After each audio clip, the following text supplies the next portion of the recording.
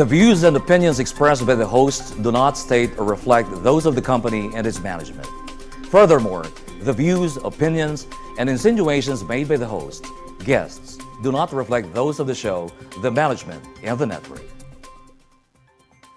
Magandang gabi, Pilipinas. Welcome to the PH Insider, the program that cuts through noise, emotion, and political spin and goes straight to the legal heart of the nation's most pressing issues. Tonight, we dig deeper into stories shaping public discourse and testing the limits of our laws. Beyond headlines and hot takes, we ask the questions that matter.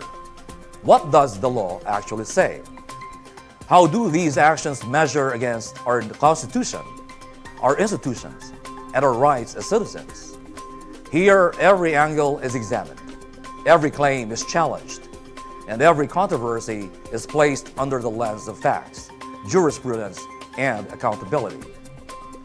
Join us as we separate what is legal, what is questionable, and what the public deserves to know. Ako po si Ox Baliano, and this is the PH Insider on TV, where issues are not just reported, they are cross-examined.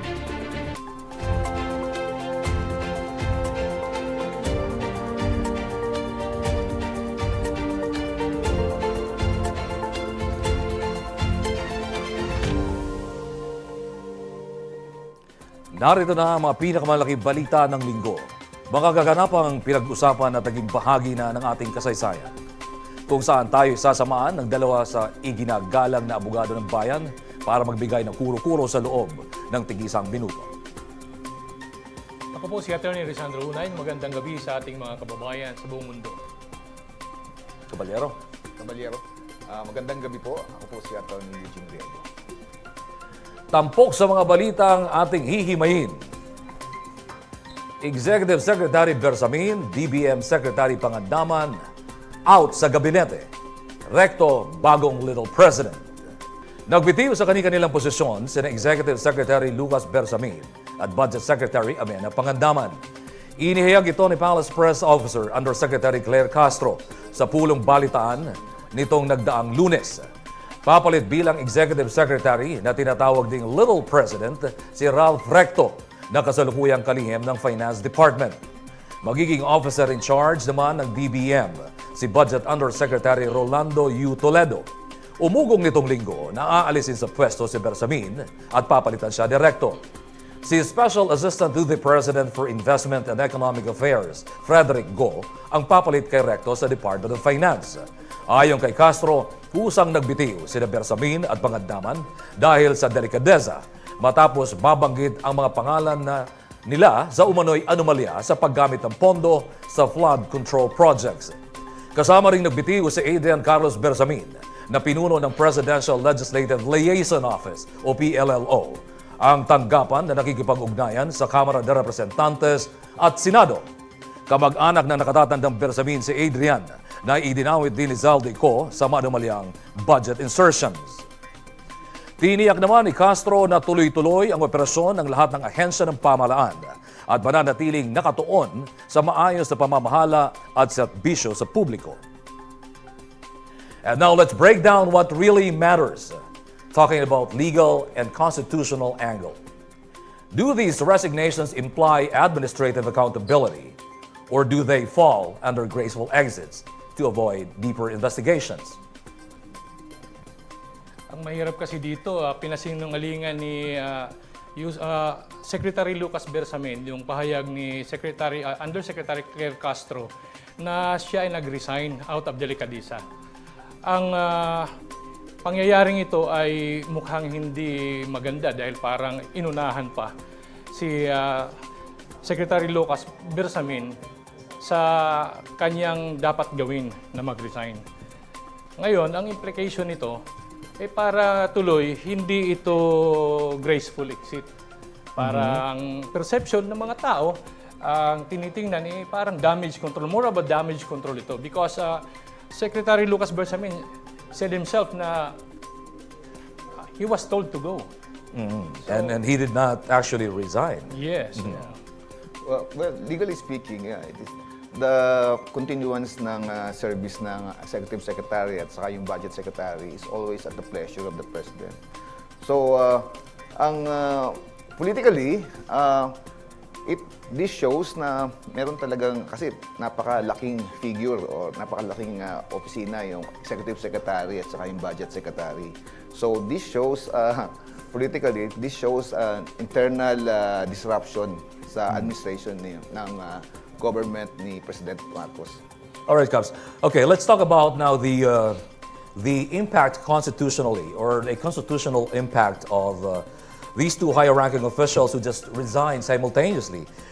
Does this necessarily disrupt the continuity in government? Wala namang constitutional impact dyan because the power to hire and fire ay nasa executive department naman talaga, inhering upon the power of the president. So wala tayong nakikita. Kaya nga bigla silang pinalitan. And they are, tama si Caballero, yung talagang they are just there at the pleasure of the president. Especially that their office that they are holding is of trust and confidential in nature. But does this necessarily mean that, or does this disrupt continuance in governance? Based on our history sa government, yung mga ganyang resignation, based din sa narration ni Cub Sandro, premeditated yan. So, before nilang gawin yan, meron na silang preparation for that. And almost always, the government parating may alternative just in case merong isang secretary or executive secretary na mag-resign. The assistant can take over. So, walang disruption na mangyayari. Ito bang mga sunod-sunod na mga pangyayari like itong sequence of events nga? Does this necessarily signal possible violations in terms of administrative due process? Or is this within executive prerogative? Or the president's prerogative? Executive prerogative talaga yan. Strictly under the executive department, under the power of the president. Wala tayong magagawa dyan. Yan talaga yan. Legally, walang legal administrative liability, especially yung president. Kasi almost and always yung mga secretaries is yung service nila dependent sa pleasure ng presidente. So at the end of the day, they just have to simply obey on what the boss nagkaroon na ng says. issue and traps na Right? kasi mayroong mga political dynamics na nangyayari. Kasi we must understand na in politics, timing is everything. So, ano ba yung ang magandang issue rito? Ano yung timing? Bakit nangyari itong resignation na to?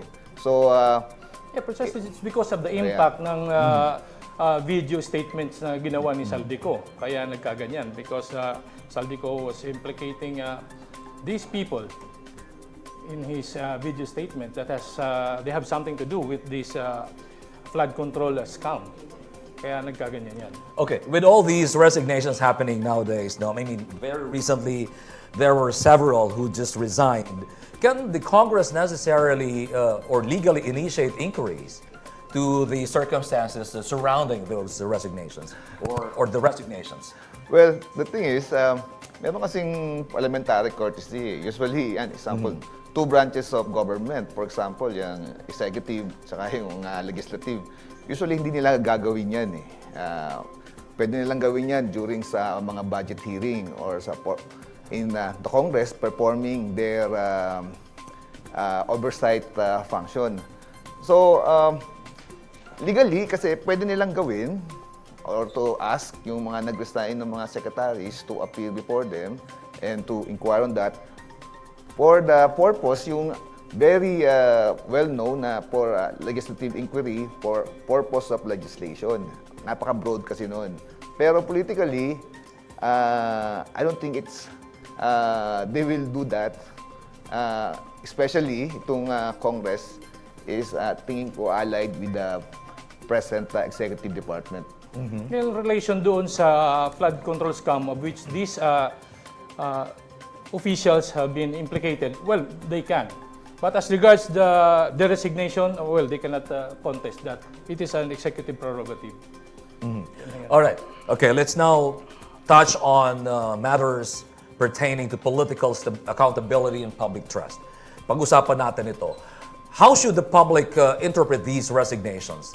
Acts of delicadeza or damage control to contain a larger controversy? Ito ba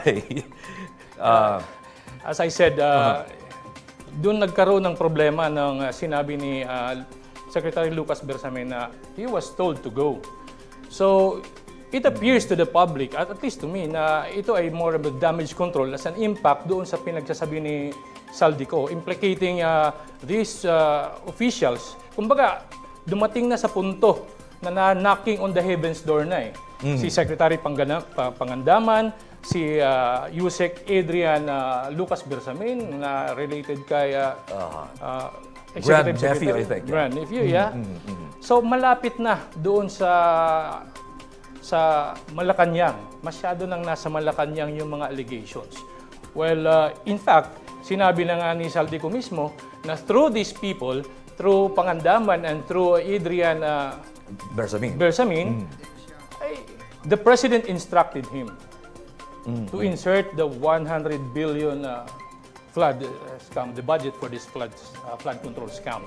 To me, it appears now that the damage attempt for a damage control seems to be very troublesome because of the conflict of statements, from Undersecretary Claire Castro. Sinasabi niya nag-resign Out of delicadeza. and out of delicadeza, yet we eventually found out, or even confirmed with the former executive secretary, that he did not resign.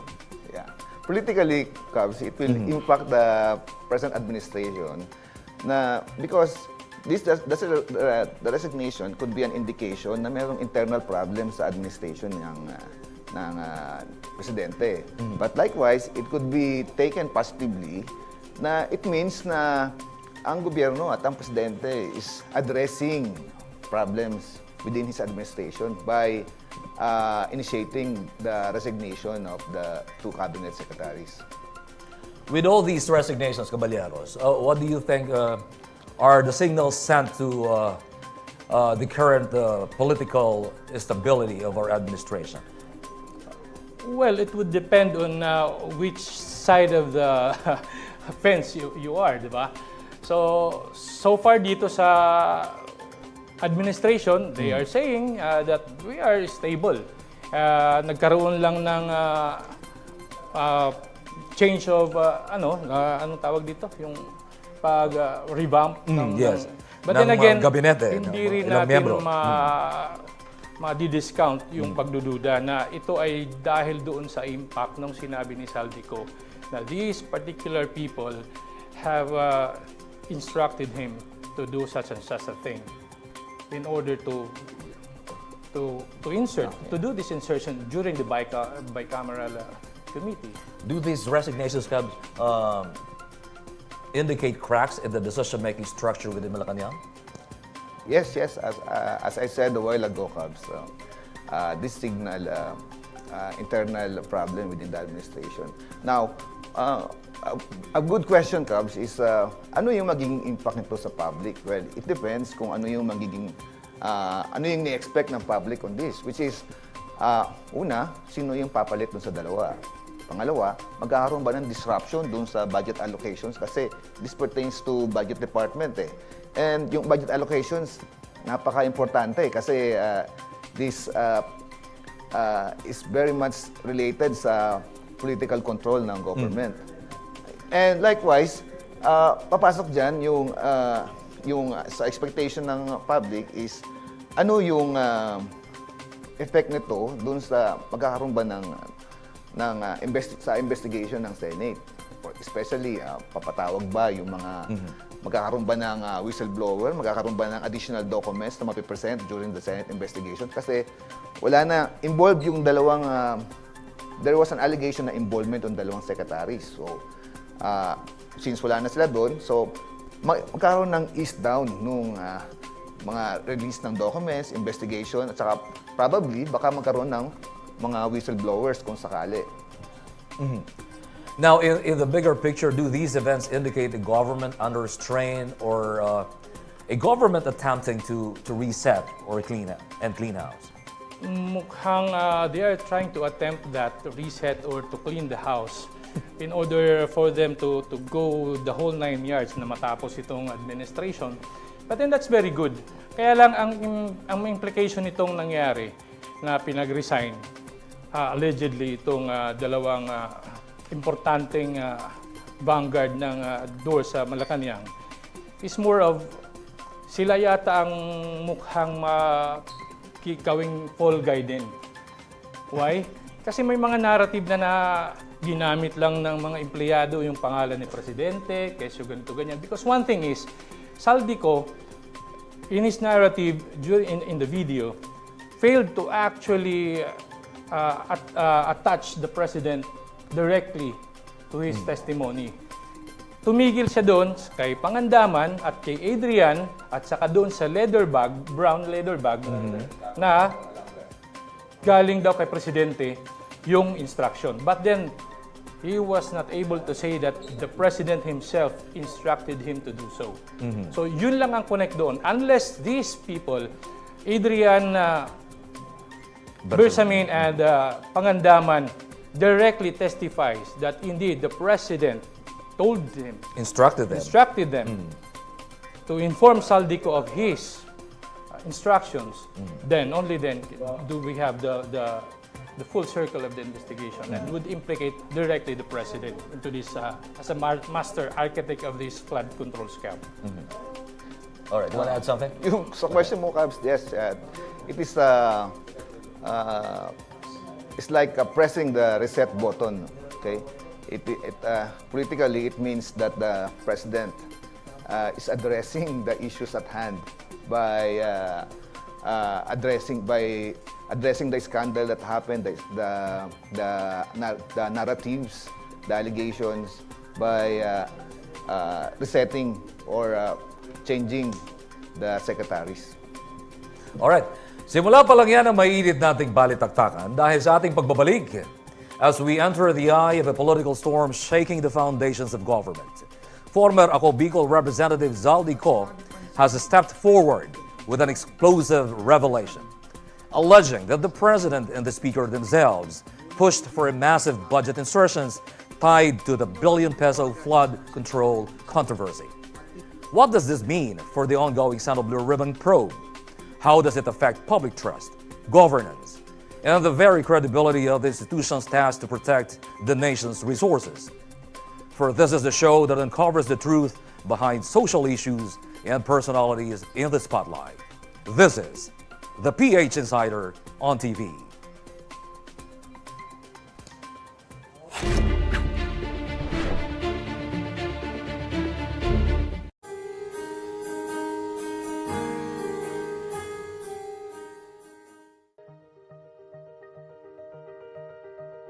Ako po si Roberto Basco na nakatira sa Tondo, Manila.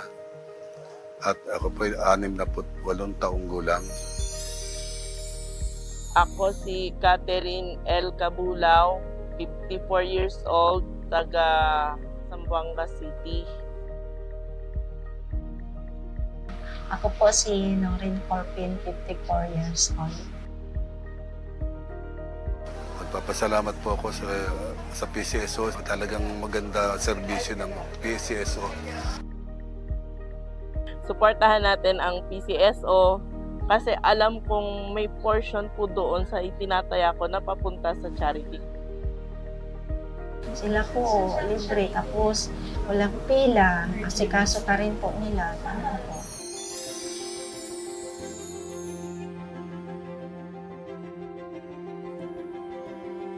Maraming pong salamat sa mga staff ng PCSO. Nagpapasalamat ako at mayroong PCSO. Maraming salamat po, PCSO. Marami pang pangalan ang matutulungan ng PCSO dahil sa patuloy ninyong pagsuporta sa loto at iba pang gaming products nito. At dahil ang PCSO ay hindi umuurong sa pagtulong, tayo rin. Sa bawat ticket na binili para sa PCSO Games, hatid nito ay tulong at pag-asa sa mga kababayan nating lubos na nangangailangan. Kaya naman dito sa PCSO, bawat taya may kawang gawa. Araw-araw, let's play Lotto!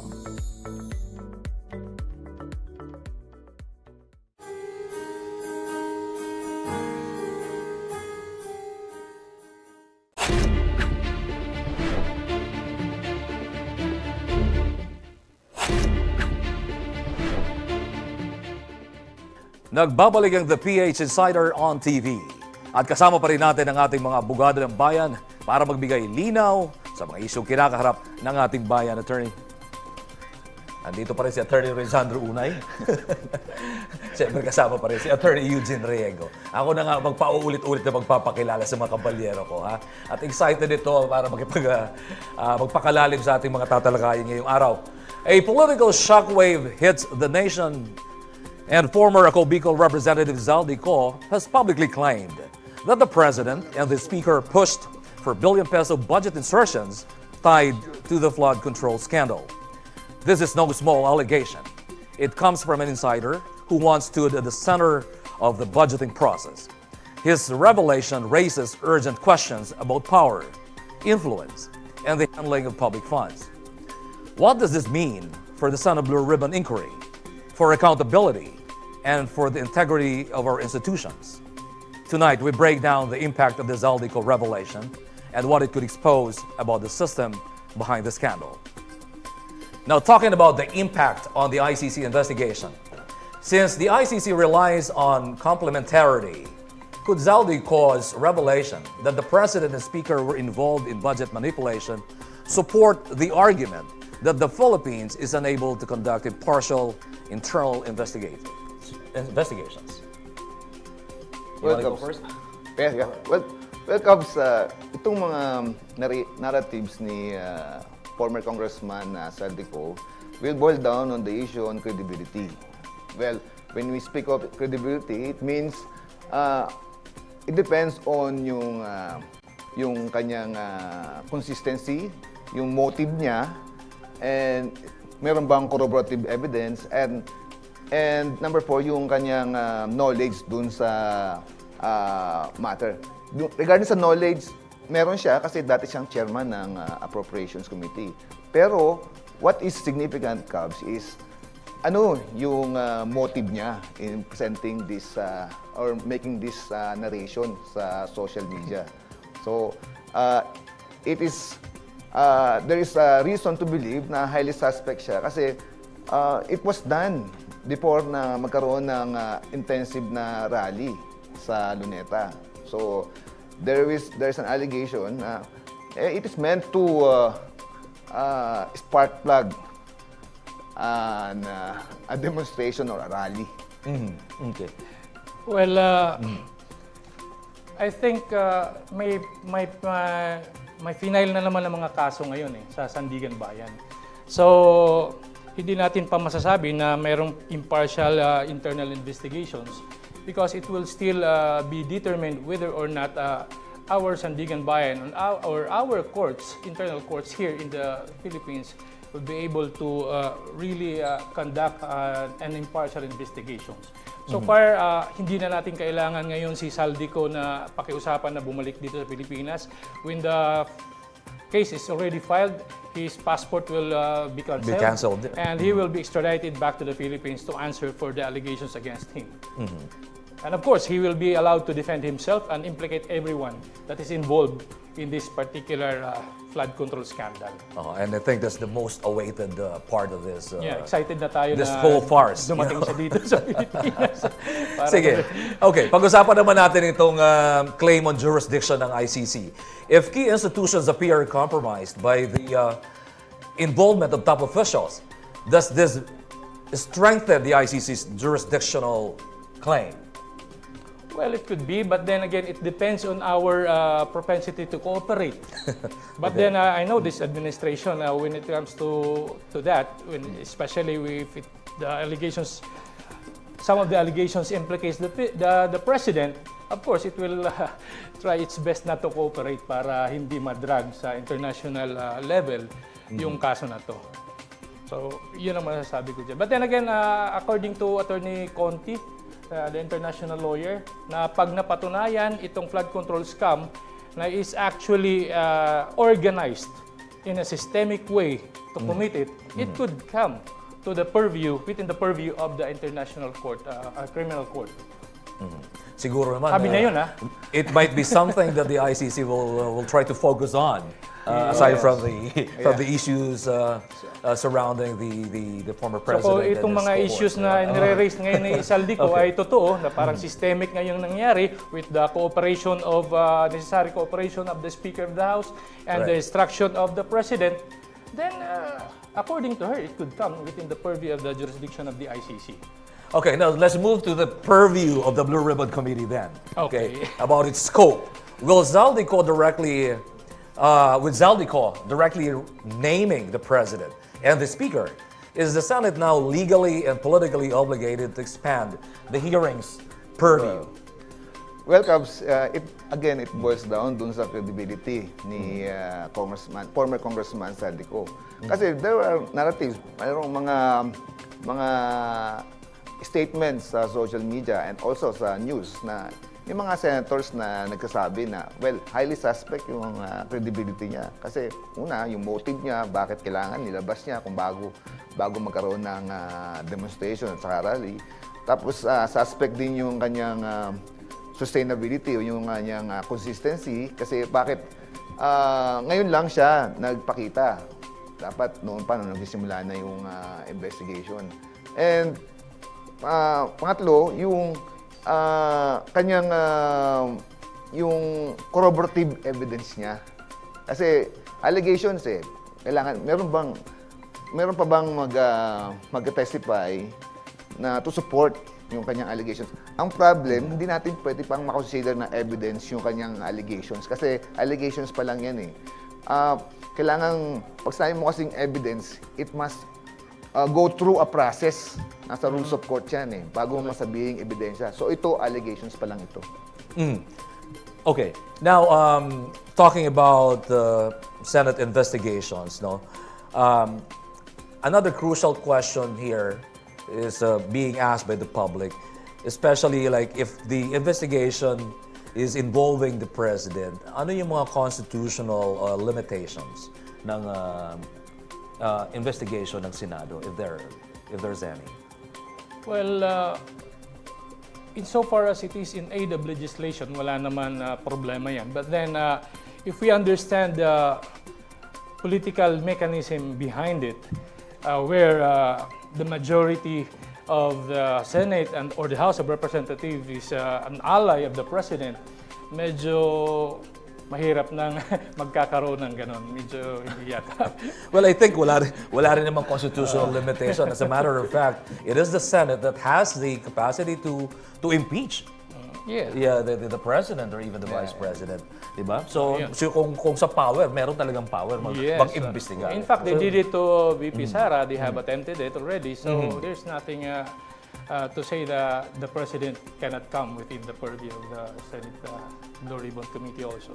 Cubs Eugene, how will let me just ask you this, how will the Senate handle a situation where a whistleblower's testimony implicates a figure who controls the majority coalition? Well, it happened before. For example, we're speaking of the president, right?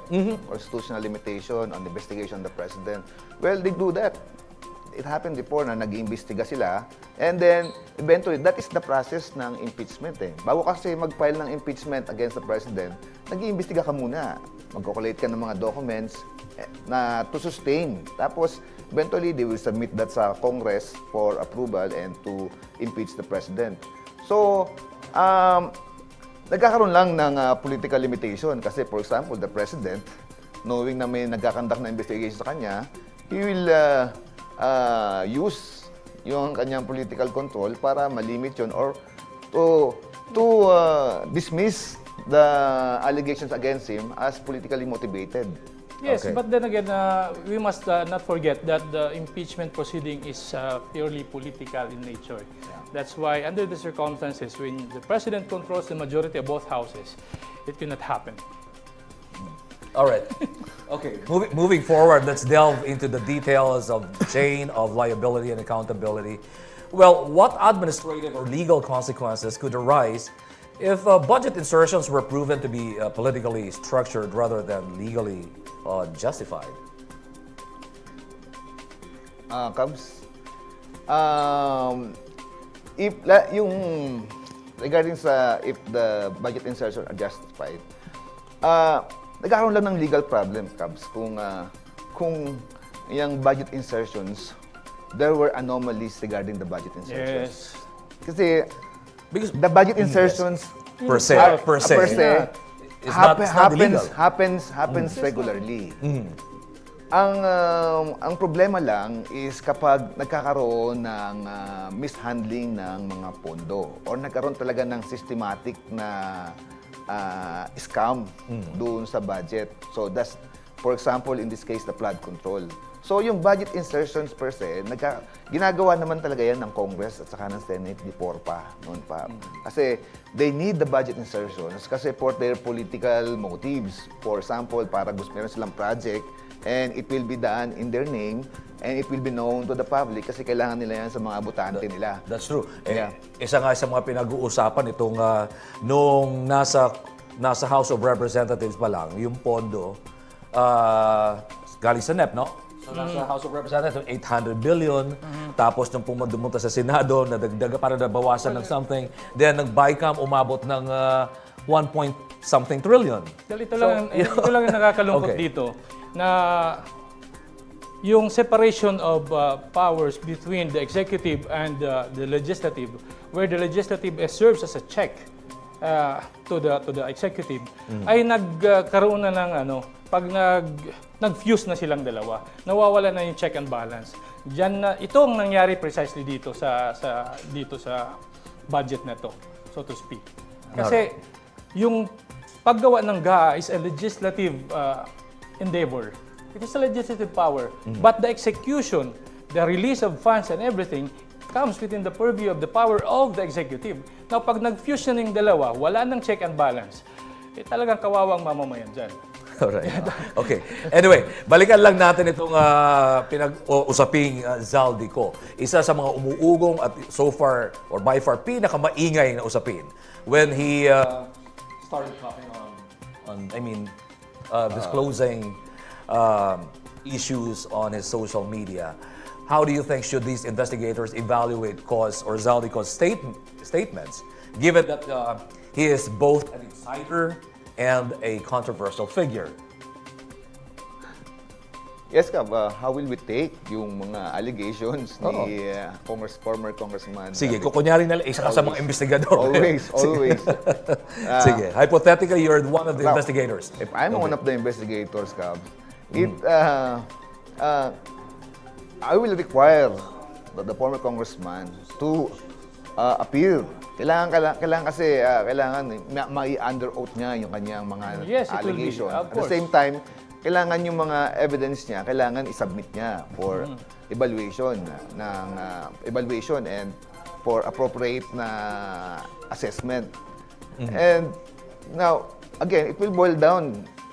Yung kanyang evidence at saka yung kanyang pag-under oath will masusustain yung kanyang credibility. Kasi especially kung meron pa siyang corroborative evidence, especially on the fact na meron siyang knowledge dun sa mga matters na sinasabi niya. Kasi being a former chairman ng Appropriations Committee, meron siyang credibility on that part.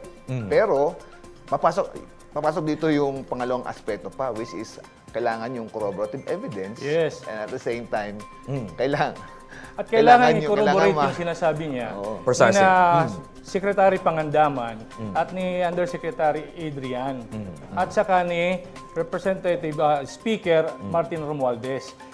Lalo na yung sinasabi niya na doon sa Aguado Building, nag-meeting sila after like days na tinawagan siya ni Secretary Pangandaman. At doon ibinigay sa kanya yung list na galing di umano kay Presidente Bongbong Marcos na ibinigay sa kanya ni Undersecretary Adrian Bersamin. So, yun ang kakulangan doon. Pag yun na-corroborate at nag-cooperate sina Pangandaman, which I... mas lalong titibay ang kanya mga statements. Yes. Kung mangyayari yun. But anyway, with all these revelations, could this be something that will trigger a constitutional crisis if the Blue Ribbon Committee's investigation leads directly to the President?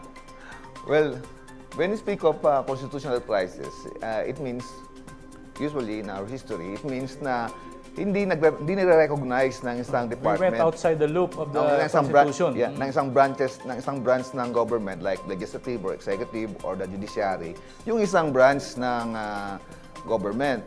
Pangalawa, nangyayari itong constitutional crisis kapag yung example, yung presidente who cannot perform or cannot perform his duty anymore because of external or internal factors. Yun yung mga instances na nagkakaroon ng constitutional crisis sa Pilipinas based on our history. So, in this case, magkakaroon ba tayo ng constitutional crisis? I don't think so. Kasi with the actions taken by the president and the executive, and also, nire-recognize naman nila. And I think there is a coordination between the executive and the Senate as regards the investigation that is being done by the Blue Ribbon Committee. Kung ang investigation talaga would lead to the president, then the Congress should impeach him kung kinakailangan. Yun lang yun. And our Constitution provides for that and we have laws for that. And so, walang constitutional crisis dyan. Malinaw naman na merong batas na May process naman dapat para dyan. susugan. Yes, sir. Oo. Batay doon sa mga pangyayari. Yes, sir. Para maging basihan. Anyway, suspended muna itong session natin. Ha? Ganun ba? At dahil sa ating pagbabalik, another shockwave hits the center of power. And this time, it comes from within the first family itself. Senator Imee Marcos has publicly raised concerns about her brother, President Marcos, igniting questions about leadership, capacity, and the state of governance at the highest level. Saan patutungo ang usaping ito? Yan ang ating tatalakayin sa ating pagbabalik sa The PH Insider on TV.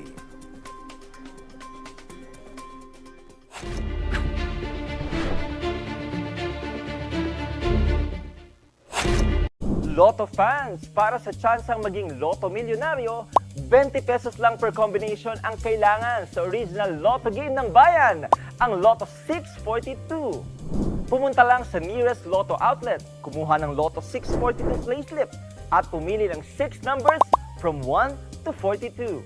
Undecided sa mga numerong mamarkahan, guhita ng LP or Lucky Pick para Lotto Terminal na ang pipili ng 6 numbers para sa'yo. Gusto mo ng tuloy-tuloy na laro? Pwede kang sumali up to 6 consecutive draws. Markahan lang ang number of draws na naisalihan sa kaliwang bahagi ng game panel. More chances of winning naman ang hatid ng system plays ng Lotto 642. System 5 roll kung saan pipili ka ng 5 numbers habang computer nang bahala sa pang-anim na numero. May System 7 to 12 options din para sa mas exciting combinations. Magkano bang mga papremyo sa Lotto 642? 5.9 million pesos ang minimum jackpot prize na pwedeng maiuwi mo. Net of the Agent's Prize Commission na yan. At kung hindi man tumama ang 6 na numero, don't worry, sure ball na ma-enjoy pa rin ang consolation prizes pag nag-match ang yung 3 to 5 winning number combination. 5 numbers ang nakuha, congratulations dahil 24,000 pesos ang papremyo niyan. At kung 4 numbers mo ang nag-match sa mga nanalong numero, 800 pesos ang take-home prize. At 20 pesos naman ang instant panalo sakaling nakatatlong nanalong numero kayo. Para mas enjoy ang paglalaro, tune in every 9 p.m. sa PCSO Lottery Draw sa IBC 13, DATV at official live streaming channels ng PCSO. Huwag nang palampasin ang tsansa. Kick it by na sa Lotto outlet near you. Who knows? Baka ikaw na ang susunod na Lotto Milyonaryo. Kaya araw-araw, let's play Lotto!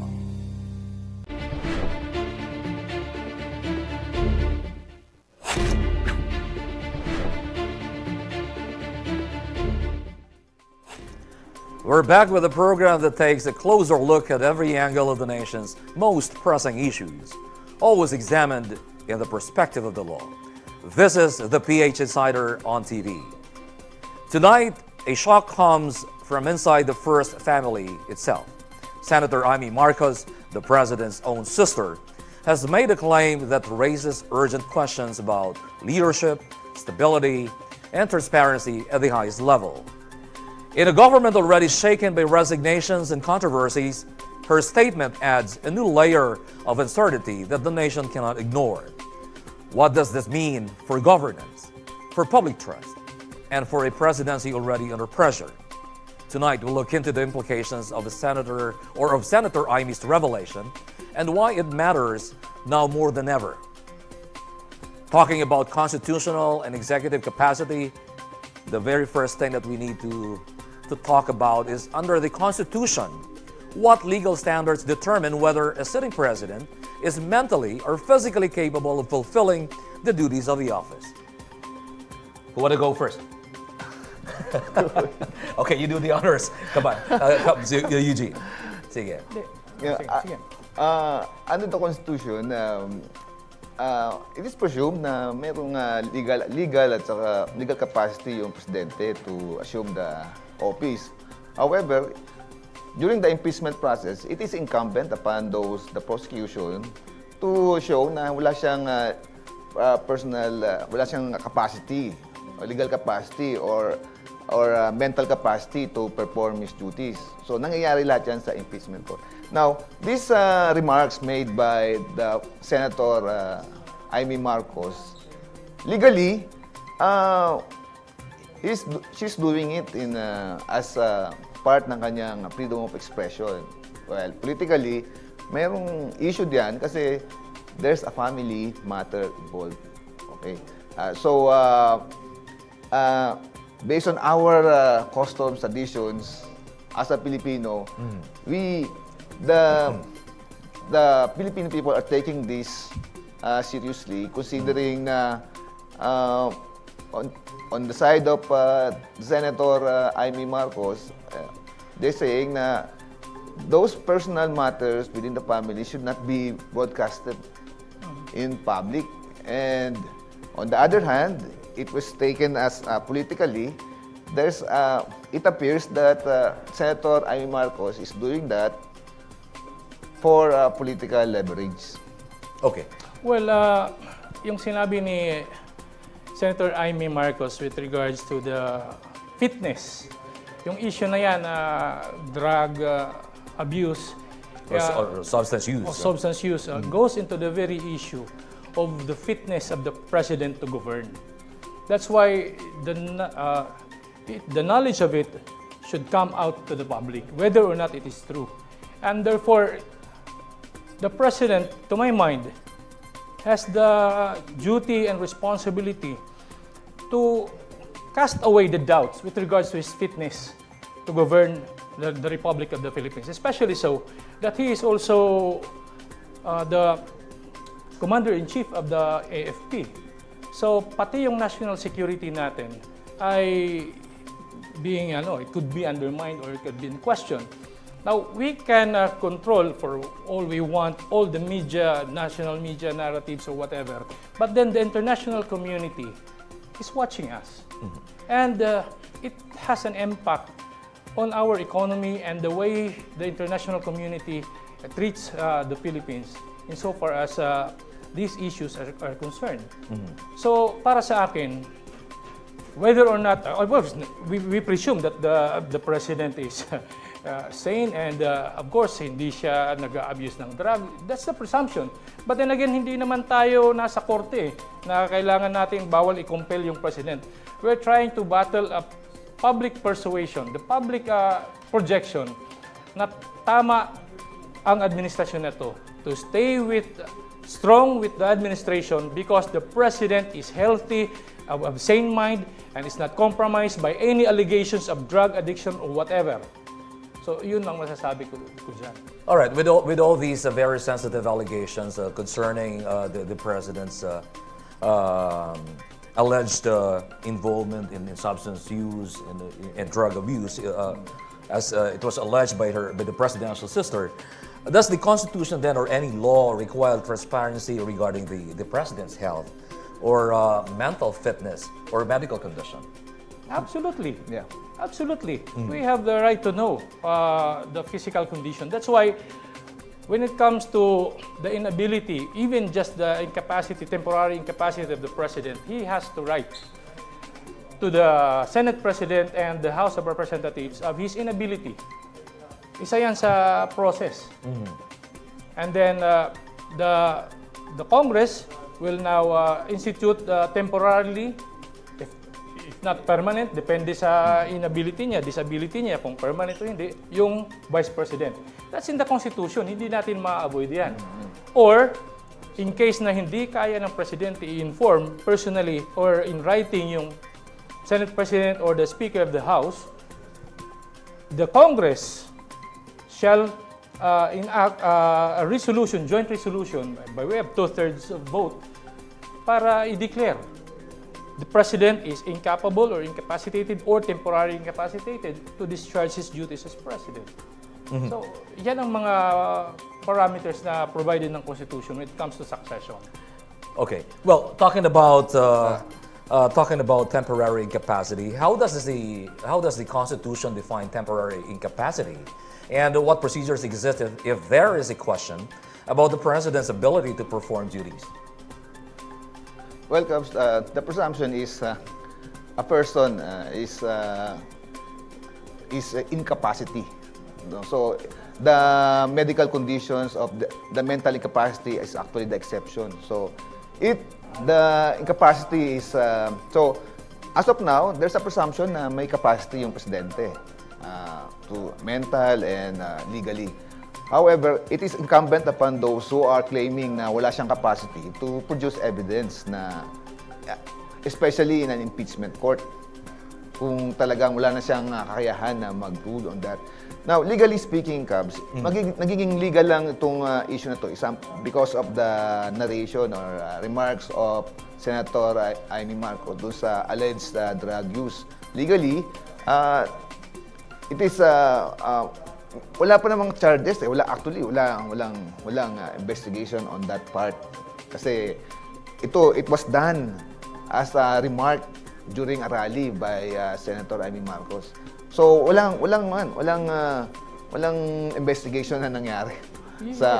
Politically, it is being used in circle, usually, regularly by the opposition to put a bad repute on the part of the president, his alleged drug use.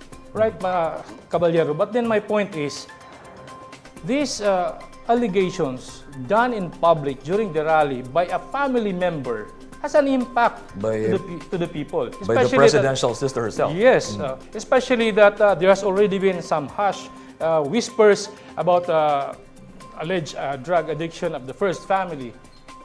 What's keeping the president? My question is, what's keeping the president to prove them wrong?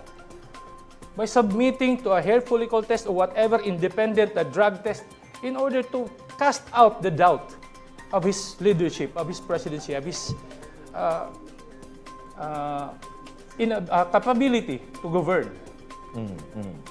That's my question. Well, in consonance to that, let us just then try to entertain this question about the presidential incapacity as to who has then the legal authority to declare his incapacity, rather, and what evidentiary standard is required. Well, sinabi ko na kanina, Yeah, pag hindi nagsalita yung presidente sa incapacity niya, it should be the 2/3 vote on a joint resolution by the Congress. It has the authority to declare him incapable or temporarily incapable. That's it. You wanna add? Yes. Sige. yung mga ganyang... Parang natatawa ka doon, Cab, sa... this is about... sa pagpuprove ng incapacity. There's a legal... Sige. There's a legal implication on that okay. statement, Cab. So, the drug use, the alleged drug use of the president is a legal basis for... because of culpable violation of the law. Pwede na rin sabihin natin Constitution, which is a ground for impeachment.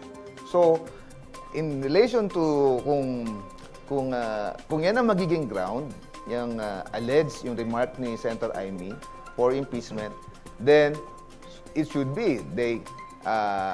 But the process as provided under the Constitution should be followed, which is there should be an impeachment process. Well, anyway, kanina balikan ko lang yung nabanggit ni Cab Sandro tungkol doon sa hair follicle test. It's a medical procedure, you being also a medical practitioner and a lawyer at the same time. Well, I think it's one of the best possible ways for the president to at least prove other people wrong, one way or another. Precisely. But the question there is, where is the line between the president's right, with the president's right, rather, to medical privacy and the public's right to know? Well, Cubs, that's a political Yes. question, actually. The law, the Constitution, has no requirement na i-require mo yung presidente, oy, kailangan magpa-drug test ka. There's no requirement as to that. So, but by means of... It's something that's supposed to be voluntary. Yeah, it should be voluntary, yeah. In his own volition. Okay, kailangan may consent niya. Kailangan. But there are other ways, many ways of removing a president. One is impeachment, and the other one is through resignation. So, this becomes a political question, Carlos. So, baka due to political or example, intense clamor, mag-give way yung presidente. So, it depends kung magkakaroon ng intensive na clamor na mag-step down siya, which based on our history, nangyari na before. Alam sa akin na lang, prove them wrong. Give them the independent drug test result that you are clean. Yun lang yun. Kasi hindi naman tayo nag-uusap dito sa court eh. Ang pinag-uusapan natin dito, to inform the public, to assure the public that the president is not as what was alleged by his presidential sister. Yun lang yun. All right. Another question, a crucial question to ask, if we touch on Senator Imee Marcos's revelation, so to speak, no? Could Senator Imee Marcos then, Marcos's public statement carry legal implications, such as defamation, ethical questions, or breach of confidentiality? Or is she protected by a parliamentary immunity?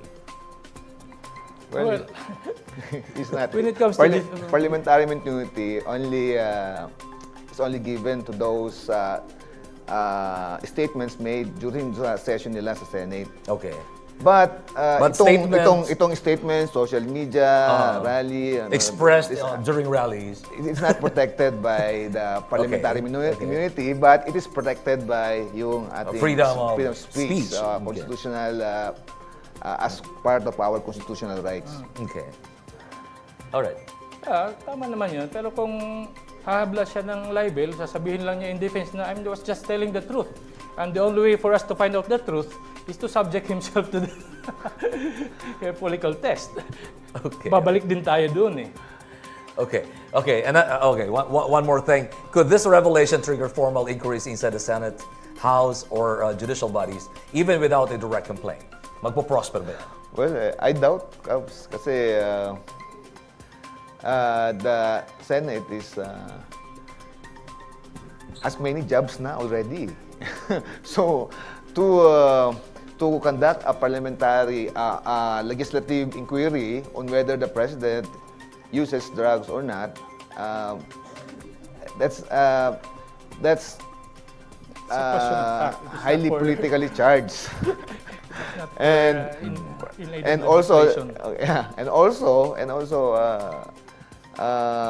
knowing na busy, marami ng trabaho yung Senate sa Senado in their conduct of investigations, and likewise alam na rin ng public na marami ding political allies ang presidente sa Senate. So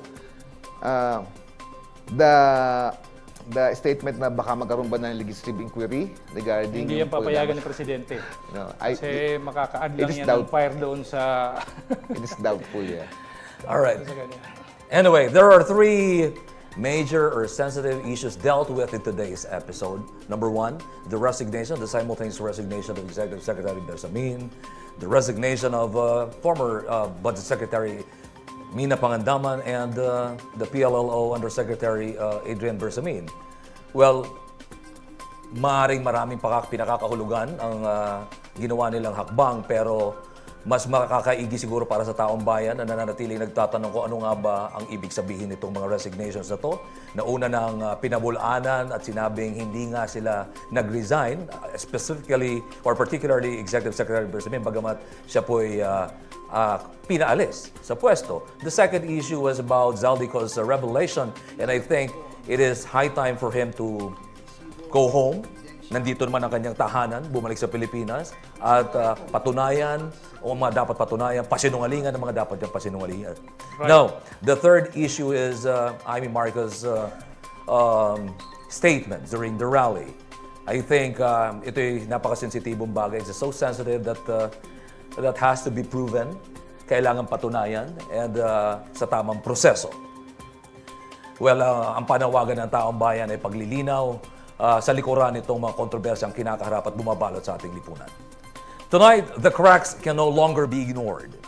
The resignations of Budget Secretary Pangandaman and Executive Secretary Bersamin. The explosive claims of Zaldy linking the President and Speaker to billion-peso budget insertions.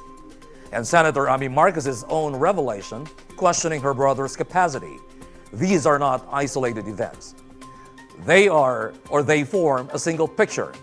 A government under strain, institutions pushed to the edge, and a system struggling to hold its credibility. The Senate is probing the flood control scandal. The ICC is watching governance failures. Whistleblowers are coming forward, and some are running for safety. Meanwhile, the public is telling the truth, and who still is in control. If the allegations are false, the nation deserves clarity. If they are true, the nation deserves justice. This moment demands transparency, courage, and real accountability, because truth is knocking, and the system is running out of places to hide. Magandang gabi. Ako po si Ox Balyado at siyempre kasama pa rin ang mga attorney ng bayan. Attorney Sandro Unay, magandang gabi. Attorney Eugene Riego, magandang gabi po. Hanggang sa muli nating paghihimay-himay ng mga balitang may pakialam ka. No spin, no bias, just the law. This is the PH Insider on TV.